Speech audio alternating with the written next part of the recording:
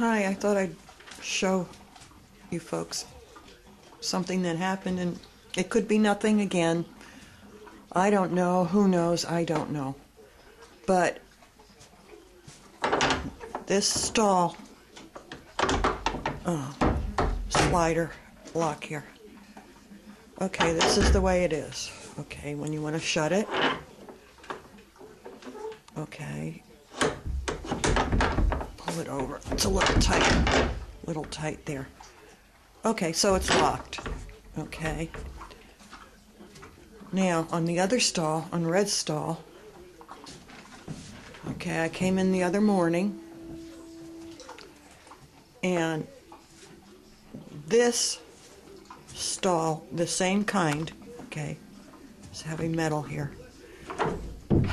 I came in, and as I'm feeding, I said, what the heck happened here? See how this is bent up?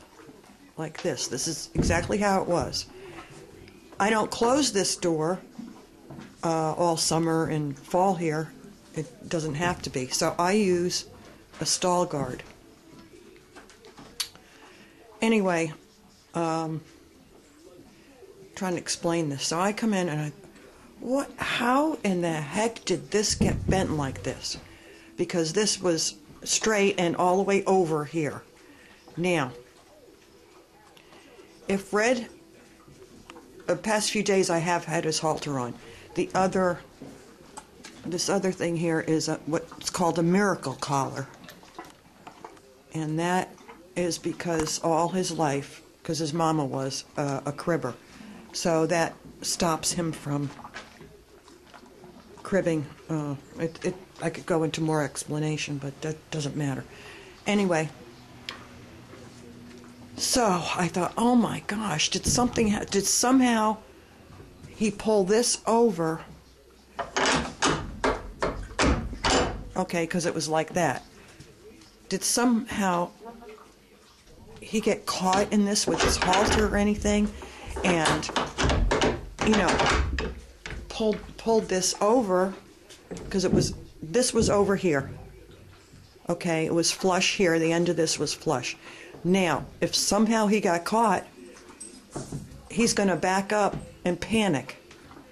That's what horses do. I mean, he's one of those panickers, not like my other big quarter horse. So this wasn't.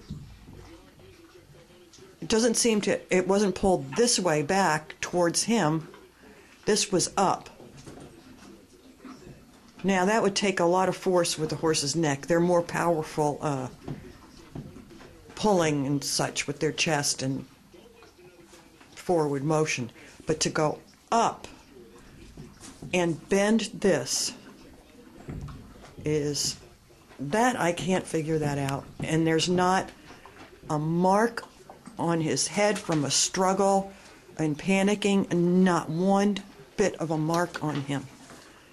And he was not upset. I know this horse since a baby, and he's going on 28 years old now. This guy would have panicked. I came in the morning, he was calm. Like I said, he's been calm about in the mornings now, pretty calm, not upset about anything. And then I found this, but that's not the only thing.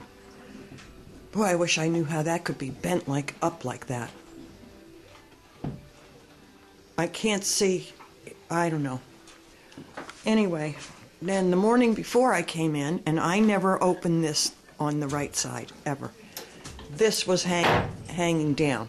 Now, how he could manage to do something at this age when he never did anything like that before, his whole life, I can't figure that out. Then, the week before, I come up, and my two little ones are loose, and this stall door is completely open. And they were running around the yard loose when I got up in the morning. So I didn't mention that before until the other morning I came upon this. So anyway, and I always open his stall. I never even open this all the way. If I want to go in and out, I just unhook the bottom. I leave this up here, and just open the bottom and go underneath down there. And I hope I'm explaining myself right, but this metal, strong metal, I don't know. I'm going to hammer it back, I guess, and hope it doesn't break here. But I don't know. What can I say?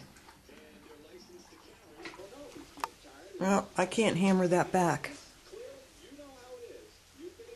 I don't know. Was this steel? I don't know. But even with all my might hammering down on it, I can't get it to budge. So, I don't know. It's just a big puzzle to me. Okay.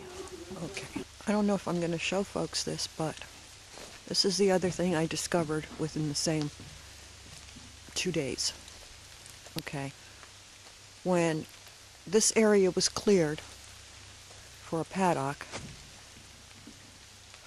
all these big rocks came out and were pushed up in a pile back here. Now, it's been raining this morning and during the night, and I'm going to check for prints, but I don't see any right now. But anyway, what I'm going to show you is kind of strange because these are not my daughters. Now, see this underneath the rocks in there? Okay, here we go again, because I turned it off accidentally again. I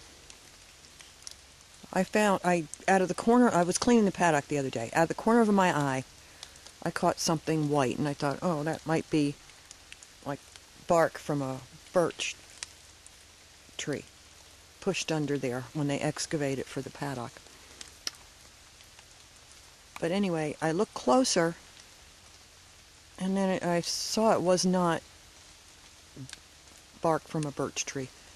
So I went over here, and I got a stick, and I started poking around, and I pulled out, and I'll show you what I pulled out, and this is not, I can tell you this, 100%, that this was not my daughter's clothes, or my granddaughter's clothes, and I'm going to show you what I found.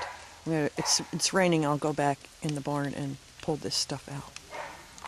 Okay, this was done 5 months ago. Anyway, this is what I found.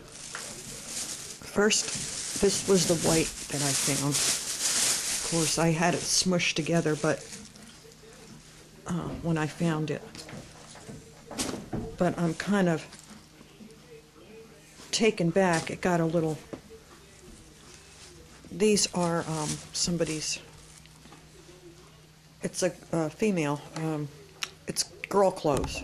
But now, when they use the machine and come up and got all the rocks out and put them in a pile, I would have thought this would be really buried. But there was a string in here. It's like a girl's kind of, not underwear, but I don't know. Anyway. And then I thought they weren't really messed up for being where I found them. And then I pulled this out. Okay, it's like a turtleneck kind of top with no sleeves. And it is like a girl's, it's not a guy's, because it's kind of lacy. I don't know if you can see. Not lacy, but it's made for a girl.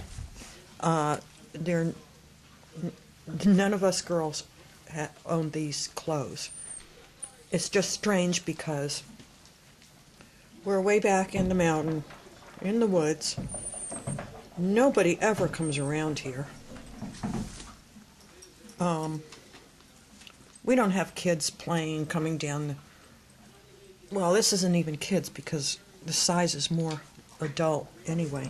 This was really not a kid's. They're too big for me and too big for my daughter and granddaughter. So I'm going to show you, I'm going to walk out and show you the road. Wait a minute.